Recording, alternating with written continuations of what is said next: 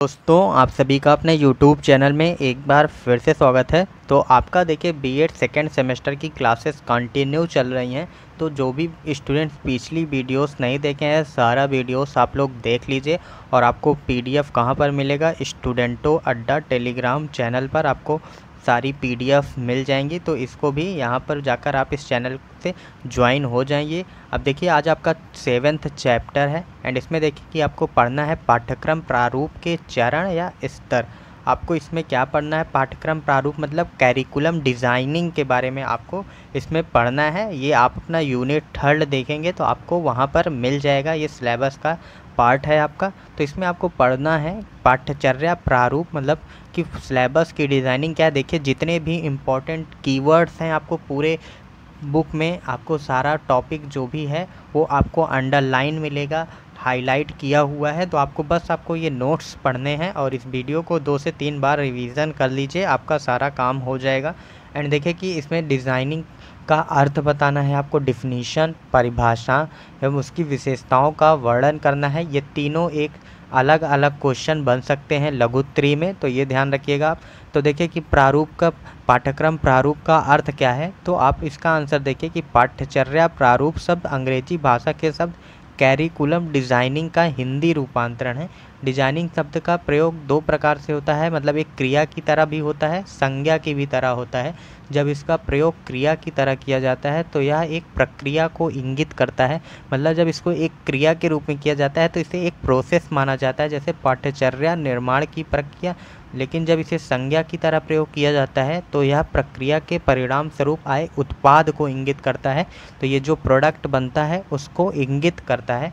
तो जब क्रिया के रूप में होगा तो ये एक प्रक्रिया होगी, ऐसे याद रखिएगा। और जब आप इसको संज्ञा के रूप में करेंगे तो एक प्रोडक्ट के या उत्पाद के रूप में इंगित करता है, जैसे पाठ्यचर्या प्रारूप या डिज़ाइनिंग। ये आप ध्यान रखिएगा। ये क्या है, इसका अर्थ है। अब आगे देखिए कि कैरिकुलम यानी पाठ्यचर्या को जब डिजाइन शब्द से जोड़ा जाता है तो यह मुख्य रूप से संज्ञा की तरह प्रयुक्त होती है। अब इसको छोड़िए, अब आप देख लीजिए कि अब आपको इसकी परिभाषा बतानी है। तो आप ये परिभाषा क्या लिखेंगे? अगर आपका आ गया शॉर्ट में तो आप परिभाषा यहाँ से लिखेंगे कि देखिए कि यह निश्चित समय अवधि के लिए निश्चित अनुदेशात्मक खंडों की एक प्रस्तावित रूपरेखा होती है। साथ ही इसमें उन अनुदेशात्मक खंडों को कैसे अनुपालित किए जाए इसका भी निर्देश होता है। इतना बड़ा लिख लीजिए, या यहाँ से भी लिख सकते हैं कि पाठ्यचर्या प्रारूप को पाठ्यचर्या की एक व्यवस्थित रूपरेखा कहा जाता है, जिसमें उसका निर्माण एवं मूल्यांकन तक की सारी प्रक्रिया का क्रमवार विवरण होता है। तो ये आपकी परिभाषा है, इसको ध्यान रखिएगा। अब इसकी विशेषता भी देख लीजिए आप। एक अच्छे पाठ्यचर्या प्रारूप की विशेषता क्या होती है? पहला कि इसका उद्देश्यपूर्ण होता है वो। दूसरा इसकी विशेषता होती है कि वह सुव्यवस्थित एवं सुनियोजित होता है, ये आप देख लीजिए। एंड तीसरा आपका देखिए कि इसके प्रारूप सृजनात्मक होता है। एंड चौथी विशेषता है कि पाठ्यचर्या का प्रारूप को लोचशील होना चाहिए, ये लोचशीलता प्रदान करती है आपको। तो ये 4 पॉइंट आप लिखेंगे तो आपका पूरा टॉपिक कंप्लीट हो जाता है। या इसमें आपने क्या क्या पढ़ा पाठ्यचर्या डिज़ाइन के बारे में, आपने इसमें 3 पॉइंट को पढ़ा है, ये आपको याद हो जाना चाहिए अभी तक। पहला पॉइंट आपने इसका अर्थ पढ़ लिया, पहला आपने इसमें अर्थ पढ़ लिया इसका कि अर्थ क्या है पाठ्यचर्या डिज़ाइनिंग का। दूसरा आपने इसमें परिभाषा पढ़ा। तीसरा आपने इसकी विशेषताएं पढ़ी। तो ये 3 पॉइंट आपके अलग अलग क्वेश्चन भी बन सकते हैं, तो ये ध्यान रखिएगा। ये तीनों पॉइंट आपको याद हो जाने चाहिए।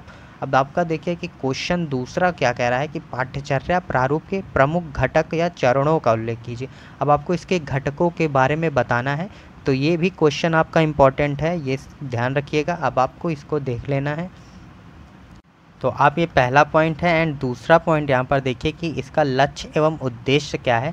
इसमें कह रहा है कि पाठ्यचर्या प्रारूप का दूसरा प्रमुख तत्व पाठ्यचर्या के लक्ष्य एवं उद्देश्य होता है। मतलब पाठ्यचर्या डिज़ाइनिंग में लक्ष्य एवं उद्देश्य को प्रमुखता दी जाती है, चूँकि पाठ्यचर्या का उद्देश्य होता है कि विषय वस्तु का एवं मूल्यांकन प्रक्रिया के चयन का आधार पर होता है। अतः ये सुपरिभाषित एवं सुव्यवस्थित होने चाहिए। जो लक्ष्य एवं उद्देश्य हैं ये आपके सुपरिभाषित एवं सुव्यवस्थित होना चाहिए, इसका ध्यान ये रखता है। और दूसरा आप पॉइंट देख लीजिए, इसमें तीसरा आपका है विषय वस्तु कला चयन एवं इसके क्षेत्र विस्तार तथा इसका क्रम विषय वस्तु को चयनित कर शिक्षक एवं शिक्षार्थियों के प्रयोग के लिए एक क्रम में व्यवस्थित किया जाता है।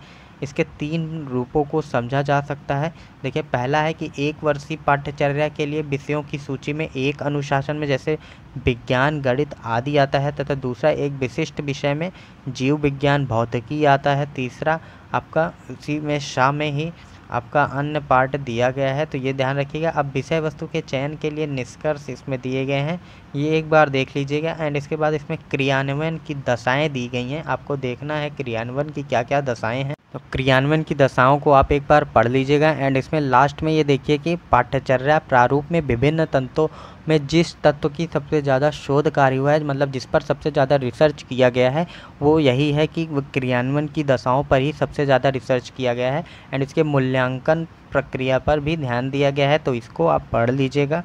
एंड अब आपका तीसरा क्वेश्चन क्या आ जाता है, इसमें आप पढ़ने वाले हैं शैक्षिक उद्देश्यों के निर्धारण के सिद्धांतों। आप इसमें पढ़ेंगे कि शैक्षिक उद्देश्यों के निर्धारण में क्या क्या सिद्धांत हैं, या उपागमों का मतलब क्या होता है, अप्रोचेस क्या हैं, कि मतलब इसको आपका शैक्षिक डिजाइनिंग करते हुए या आपका कैरिकुलम डिज़ाइनिंग करते हुए कौन से प्रिंसिपल्स को फॉलो किया जाता है, या क्या अप्रोच लेकर की जाता है, इसका भी आपको ध्यान देना है। ये आपको 3rd क्वेश्चन में आपको पढ़ना है। तो आप देखिए कि इसमें शैक्षिक उद्देश्यों के निर्धारण का कार्य प्रभावशाली व्यक्तियों की इच्छा व अनुमानों के आधार पर होना उचित नहीं माना जा सकता। एंड इसमें देखिए कि आपका विश्लेषणात्मक व संश्लेषणात्मक प्रक्रिया पर आधारित होना चाहिए। आपका जो कैरिकुलम डिज़ाइनिंग है वो विश्लेषणात्मक व संश्लेषणात्मक प्रक्रिया पर आधारित होना चाहिए, ये कह रहा है। एंड इसके पश्चात उन्हें शैक्षिक उद्देश्यों के रूप में प्रस्तुत किया जाता है, ये भी ध्यान रखिएगा आप। तो ये पूरा पढ़िएगा। एंड इसके बाद प्रबुद्ध व रुचि संपन्न व्यक्तियों का अभिबंध संग्रह, इसमें क्रग महोदय ने इसकी सफलता के लिए 3 पूर्व स्थितियों को आवश्यक बताया है। पहला, पर्याप्त उच्च स्तरीय अभिप्रेरणा होनी चाहिए। जिन लोगों ने पाठ्यक्रम के क्षेत्र में पर्याप्त कार्य किए हैं उनका अधिक से अधिक संभागी होना, उनको अधिक से अधिक लोगों को शामिल करना। तो ये सारे पॉइंट्स हैं, आपको जो भी इम्पोर्टेंट कीवर्ड्स हैं सब पर अंडरलाइन किया गया है। तो आप PDF जब मिलेगा तो उसमें से भी और अच्छे से पढ़ लीजिएगा। के साथ साथ इसमें देखिए कि क्या आधारभूत क्षेत्रों का अध्ययन पर ध्यान दिया जाना चाहिए, या उसका सिद्धांत है, या व्यापक क्षेत्रों का विश्लेषण इसमें किया जाता है। ये अप्रोचेस हैं उन आपका कैरिकुलम डिज़ाइनिंग का। तो ये देखिए। And problem oriented approach theory भी है, समस्या उन्मुख अप्रोच आपका उपागम थ्योरी इसमें दिया गया है, ये भी आप एक बार पढ़ लीजिएगा। तो ये सारी चीज़ें आप पढ़िएगा। इसके बाद आपको क्या पढ़ना है कि पाठ्यक्रम निर्माण में शैक्षिक उद्देश्यों का निर्धारण किस प्रकार होता है, विस्तृत से विवेचना करना है। शैक्षिक उद्देश्यों का निर्धारण आपका देखिए कि शैक्षिक कार्यक्रम पाठ्यक्रम के घटकों से संचालित होता है। शिक्षा के उद्देश्यों को मनुष्य के जीवन तथा समाज के आदर्शों से गहरा संबंध होता है, इसलिए शैक्षिक उद्देश्यों के निर्धारण में इनके सर्वाधिक महत्व होना चाहिए। जैसे D.K. व्हीलर ने क्या कहा है कि D.K. व्हीलर की पुस्तक का नाम क्या है, कैरिकुलम प्रोसेस है, तो इसको अंडरलाइन कर दिया गया है। में आधुनिकतम स्थिति और दृष्टिकोण को ध्यान में रखते हुए शैक्षिक उद्देश्यों के निर्धारण में कुछ महत्वपूर्ण मानदंड प्रस्तुत किए गए हैं। व्हीलर द्वारा प्रस्तावित मानदंड के अनुसार शैक्षिक उद्देश्यों की 5 दृष्टियों से सार्थक होना चाहिए। मतलब D.K. व्हीलर के अनुसार शैक्षिक उद्देश्य जो है वो 5 दृष्टियों से सार्थक होगा। पहला, मानवीय अधिकारों में समन्वय की स्थापना, ये आप ध्यान रखिएगा। इसमें आपका इम्पॉर्टेंट पॉइंट अंडरलाइन है, ये सारे पॉइंट देख लीजिएगा। दूसरा होना चाहिए कि लोकतांत्रिक दृष्टि से अनुकूल होना चाहिए। तीसरा क्या है, उसमें सामाजिक सार्थकता होनी चाहिए। चौथा पॉइंट आप देख लीजिए कि इसमें व्यक्तिगत आवश्यकताओं का भी ध्यान देना चाहिए, इंडिविजुअल नीड्स पर भी ध्यान देना चाहिए। और आपका ये इसमें पूरा दिया गया है। लास्ट पॉइंट क्या है, आपका बैलेंस बना होना चाहिए, ये भी आप ध्यान रखिएगा। ये 5 पॉइंट आप पढ़ लीजिएगा। और अब देखिए कि आपको क्या पढ़ना है, अधिगमकर्ता के अनुभवों के चयन का निर्धारण किस प्रकार किया, मतलब किस प्रकार होता है, ये ध्यान रखना है। एंड विवेचना कीजिए इसकी कि अधिगमकर्ता के अनुभवों के चयन का निर्धारण किस प्रकार होता है, इसमें आप ये पढ़ने वाले हैं। तो देखिए कि कुछ विद्वानों ने शिक्षकों की सहायता के लिए अधिगम अनुभवों के चयन का मापदंड निर्धारित किया है, यहाँ पर दो प्रमुख विद्वान बार्टन और व्हीलर के द्वारा निर्धारित मानदंड प्रस्तुत किए गए हैं। तो ये आपने पिछली क्लास में पढ़ा है, पिछले चैप्टर में आपने देखा है कि बार्टन द्वारा प्रस्तावित मानदंड क्या हैं। तो ये आप एक बार देख लीजिएगा, ये आपका पिछले चैप्टर का ही है क्वेश्चन। एंड इसमें वैधानिकता, वैलिडिटी पर ध्यान दिया गया है, व्यापकता होनी चाहिए, ये सारे पॉइंट आपको अपने आंसर में लिखना है। विविधता होनी चाहिए, उपयुक्तता मतलब सूटेबिलिटी होनी चाहिए उसकी, ये सारे पॉइंट आप अपने आंसर में लिखिएगा। साथ साथ और भी पॉइंट है, जैसे प्रतिकृति या पैटर्न, एक निश्चित पैटर्न होना चाहिए, उसमें पैटर्न के अंदर भी संतुलन होना चाहिए, सततता होनी चाहिए, और प्रायोगिक सततता मतलब प्रैक्टिकल कंटिन्यूटी होनी चाहिए। उसके साथ साथ संचय या कम्युलेशन होना चाहिए। ये सारे पॉइंट हैं, आप ध्यान रखिएगा। एंड आपका 5वां पॉइंट है कि अनुभवों की उसमें पुनरावृत्ति होनी चाहिए एंड जीवन से संबद्ध होना चाहिए। तो ये पॉइंट आप लिखिएगा अपने आंसर में एंड ये आपका आंसर कंप्लीट हो जाएगा। एंड लास्ट में ये ज़रूर लिखिएगा कि नियोजन में शिक्षार्थियों की क्या भागीदारी है, लर्नर पार्टिसिपेशन इन प्लानिंग। तो शिक्षार्थियों के नियोजन में सहभागिता अवश्य होनी चाहिए। यदि शिक्षार्थियों की नियोजन में सहभागिता होगी तब शिक्षार्थी उसमें सहर्ष भाग लेंगे और उसे अपना कार्य समझेंगे। यदि ऐसा नहीं किया गया तो वह दबाव में आकर अनिच्छा से भाग लेंगे, परिणामस्वरूप उसके अधिगम परिणाम जो होंगे वो शून्य होंगे, मतलब वो उसका कोई लाभ नहीं मिल पाएगा। तो ये सारी चीज़ों में आपको स्टूडेंट्स को प्राइमरी रखना है। और अब आप देखिए कि नेक्स्ट क्वेश्चन आपका क्या है कि अधिगम अनुभव तथा विषय वस्तु मतलब आपका सिलेबस में अंतर पर एक संक्षिप्त निबंध लिखना है। तो ये देखिए, अब अधिगम अनुभव एवं विषय वस्तु का अंतरण मतलब transference of learning experience and content पर देखिए क्या है कि पाठ्यक्रम के विकास के इस चतुर्थ चरण के अंतर्गत छात्र एवं शिक्षक दोनों के ही माध्यम से अधिगम की गई पाठ्यवस्तु एवं अनुभवों का अंतरण किया जाता है, जिसके आधार पर आपके पाठ्यक्रम का विकास संभव है। अनेक अवसरों पर पर्यावरण शिक्षा का शिक्षक भूगोल को पाठ्य वस्तु को पर्यावरण में प्रयोग करने लगता है, जैसे वन संपदा का पर्यावरणीय महत्व भूगोल का भी विषय है। तो मतलब एक विषय के अंदर ही कुछ अन्य विषय का समावेशन होना है। ये सारी चीज़ें बता रहा है कि मतलब ये एक दूसरे से कैसे संबंध में है, यही चीज़ें आपको इसमें लिखनी है। तो यहाँ पर आगे देख सकते हैं कि शैक्षिक उद्देश्यों के अंतःकरण के कारण भी पाठ्यक्रम विकास संभव होता है, जैसे हिंदी भाषा में श्रवण, वाचन, पाठन एवं लेखन कौशल के विकास का उद्देश्य निर्धारित किया जाता है। एंड अनेक अवसरों पर शिक्षण विधियों में भी अंतरण की प्रक्रिया पाई जाती है। एंड इस अंतरण की प्रक्रिया में एक ही प्रकार की विधियों को अनेक विषयों में प्रयुक्त किया जाता है, जैसे योजना विधि व समस्या समाधान विधि का प्रयोग आपका विज्ञान में भी हो जाता है, अर्थशास्त्र में भी हो जाता है एवं नागरिक शास्त्र आदि विषयों में अनिवार्य रूप में किया जाता है। इससे शिक्षण अधिगम प्रक्रिया भी प्रभावशाली रूप में संपन्न होती है। तो ये सारे पॉइंट आप लोग एक बार देख लीजिएगा। एंड ये 5 पॉइंट के टोटल आपके 6 पॉइंट हैं, तो इसको देख लीजिए। जैसे 6 पॉइंट आपका क्या है, अनेक प्रकार के विषय इस प्रकार के होते हैं जो कि गुणों की दृष्टि से एवं विशेषताओं की दृष्टि से उनमें अंतःकरण की प्रबल संभावना होती है। उनमें किसी एक व्यवस्था का गुण दूसरी व्यवस्था में कार्य करता है। उदाहरण के लिए नैतिकता, मानवता एवं सामाजिकता से संबंधित गुण आपका प्रेम, सहयोग और परोपकार की भावना युक्त सभी विषयों में समान रूप से विद्यमान होती है। तो ये सारे पॉइंट आप लिख लीजिएगा। एंड देखिए कि शिक्षण अधिगम सामग्री का अर्थ बताना है आपका, उसके बाद उसके महत्व पर प्रकाश डालना है। तो मतलब क्या है, शिक्षण अधिगम सामग्री का अर्थ मतलब meaning of teaching learning material.